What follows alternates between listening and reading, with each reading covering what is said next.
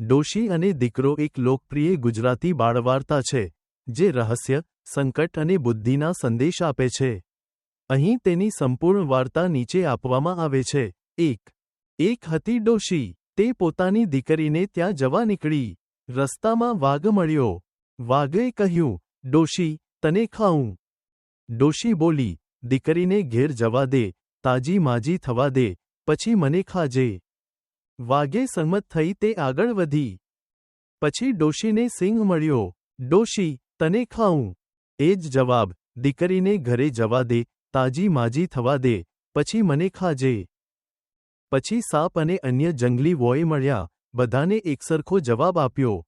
ડોશી તેની દીકરીને ત્યાં પહોંચી અને ઘણા દિવસો રહી, પણ એ સારી ન પડી. દીકરીએ પૂછ્યું, માડી, પિતા પાતળા કેમ પડો છો? ડોશી કહે છે, પાછું જઈશ ત્યારે રસ્તામાં જનાવરો મને ખાઈ જશે.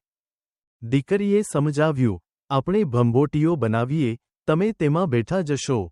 ભંભોટીઓ આ કે જે પ્રાચીન એન જેવું વાહન છે, તેમાં બેઠા. રડાયું કરતું મતું વાઘ, સિંહ, સાપ વગેરે મળ્યા. બધાએ પૂછ્યું, ડોશી દેખાઈ?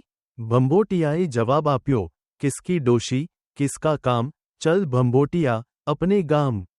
બધા જનાવર ભંભોટિયાનું રહસ્ય સમજ્યા વગર તેની પાછળ પડી ગયા. છેવટે ડોશી પોતાના ઘરના રસ્તે પહોંચે છે. જેમ ઘરમાં પ્રવેશ કરવા જાય, બધા જનાવર તેને ઓળખી જાય છે અને કહે, ડોશી, હવે તને ખાઈએ. ડોશી કહે, હા, પણ પેલા પવન છોડાવવાની મજા લઈ લઉં. જનાવરો પરવાનગી આપે છે. ડોશી રાખના ડગલા પર બેસે છે, અને એવો પવન છોડે છે કે સૌના આંખોમાં રાખ ભરાઈ જાય છે. એ અવસરનો લાભ લઈ ડોશી ઘરમાં દોડી જાય છે અને બારણું બંધ કરી લે છે. જનાવરો નિરાશ થઈ પાછા જાય છે. આ વાર્તા સંતાન, એકલા વ્યક્તિની બુદ્ધિ અને સંકટ મોકાબલાની વાત આપે છે.